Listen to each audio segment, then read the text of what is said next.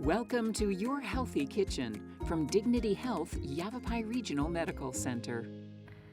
Welcome to Dignity Health YRMC's Your Healthy Kitchen. I'm your host, Rita Carey Rubin. We know that reducing your intake of foods that are high in sodium, harmful fats, and added sugars is important for the prevention and treatment of cardiovascular disease.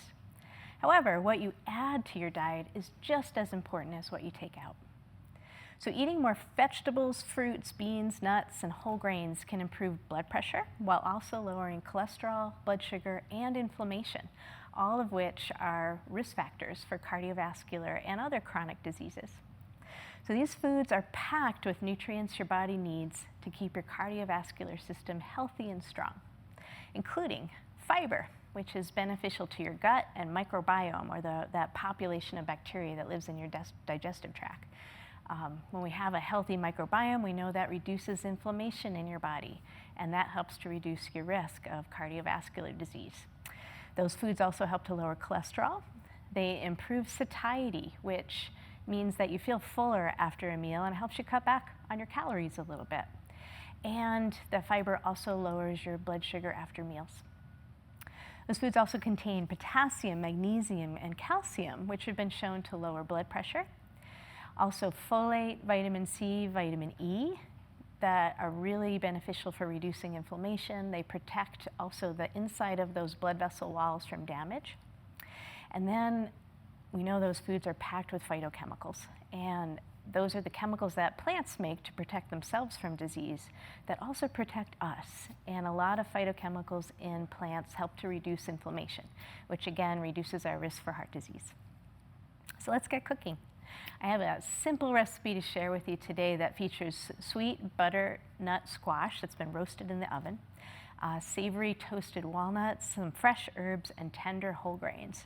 And it's delicious, and it's a great source of all those beneficial heart-healthy nutrients. So we'll start with the grain, and I'm going to use quinoa today, but you can also make this with other grains, particularly barley or even whole oat grain. So you can buy rolled oats, but you can also buy oat groats, which are actually the whole grain. The reason I like those three grains is that they're all high in soluble fiber, and that's the fiber that helps to lower your cholesterol. So barley, quinoa, and whole oats are a really good source of that soluble fiber. So quinoa is a little tiny grain, and it's really easy to cook.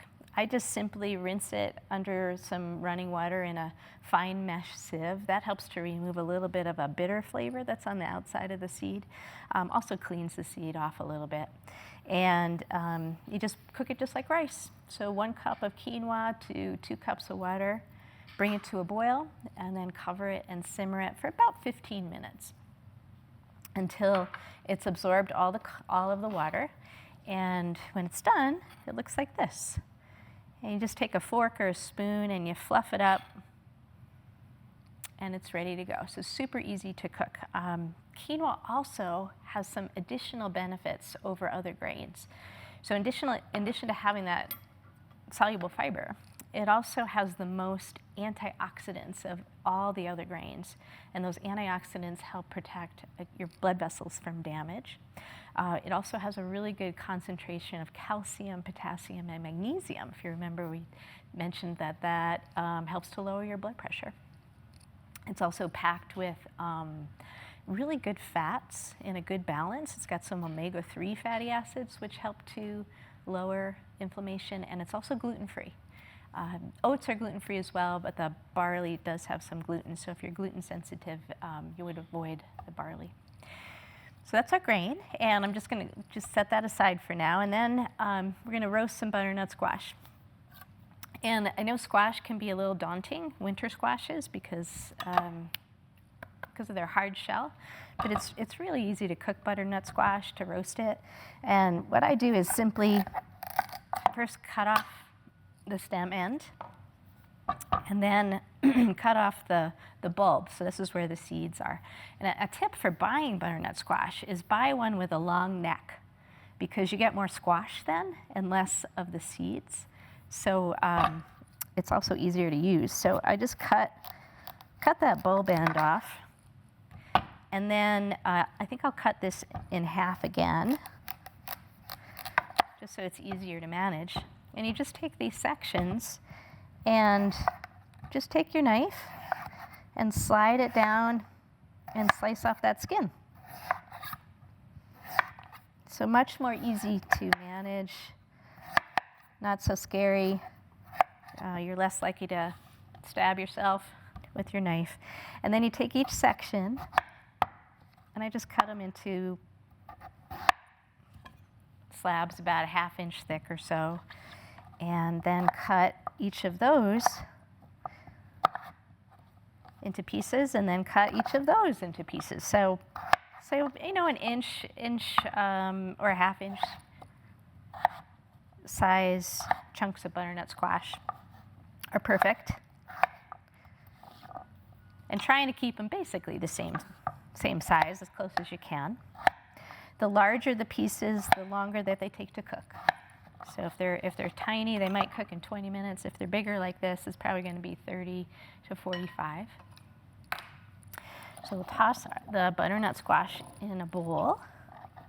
And there's some benefits to butternut squash as well. So that orange color is from some phytochemicals that are in a class called carotenoids. So the same phytochemicals that give oranges their color and carrots also give butternut squash that nice orange glow. And the carotenoids are really strong antioxidants. So again, protecting your blood vessels from damage.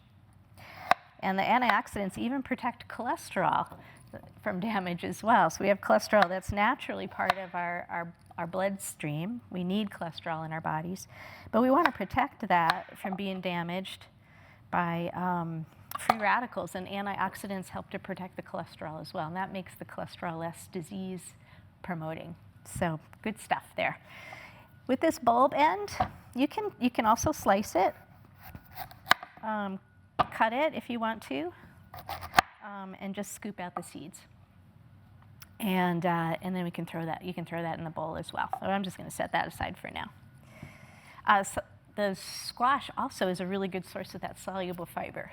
And if we get up to about 10 grams per 1,000 calories is what's recommended for soluble fiber. And that's been shown to actually lower cholesterol quite a bit. So soluble fiber isn't packed into foods in large quantities, so every little bit helps.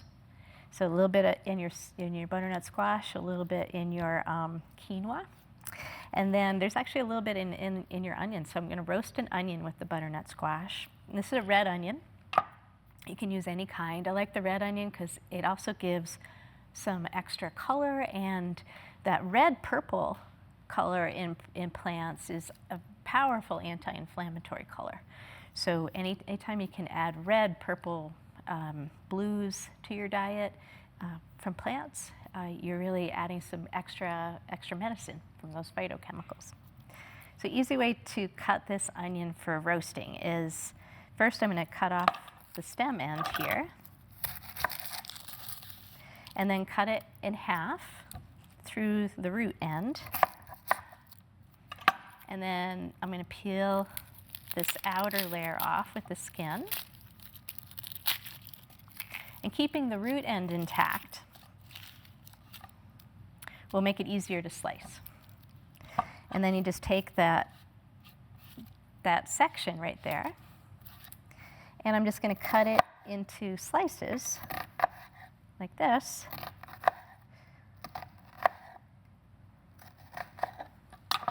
So it looks like that.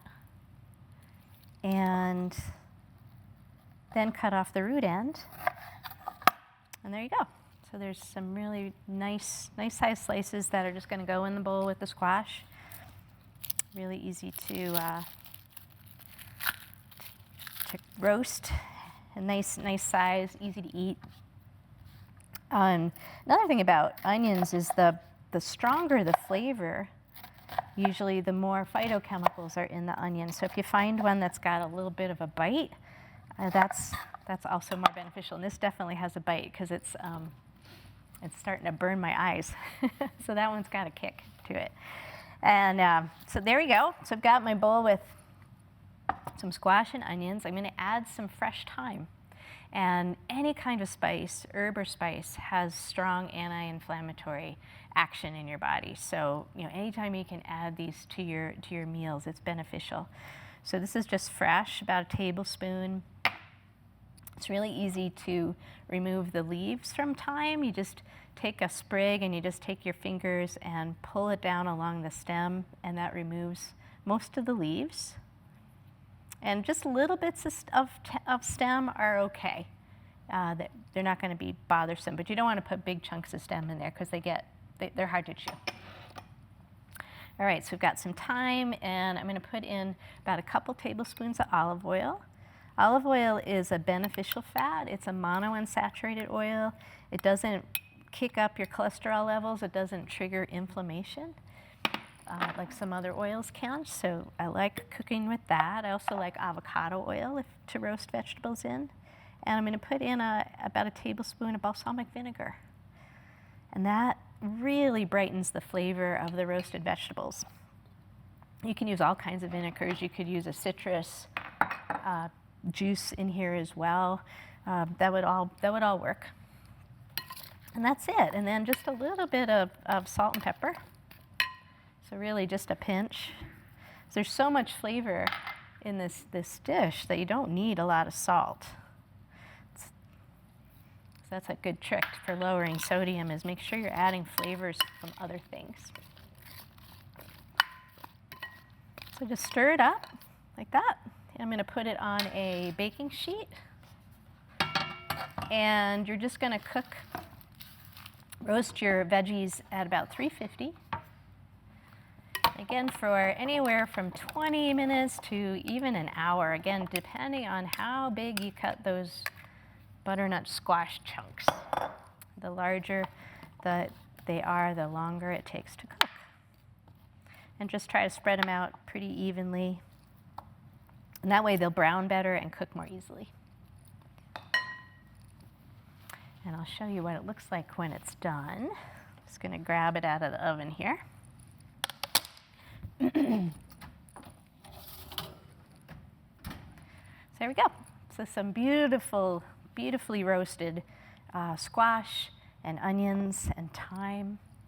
And to make this a complete dish, you simply combine the quinoa with the squash and the onions and some sun-dried tomatoes. So I'll first put some quinoa in the bowl. And this really you can serve at warm or room temperature, not necessarily cold. And you could also add some greens to this if you'd like chop up some nice hearty romaine lettuce or something and serve it along with that, or other greens like arugula would go really nicely. So we'll scrape in the veggies.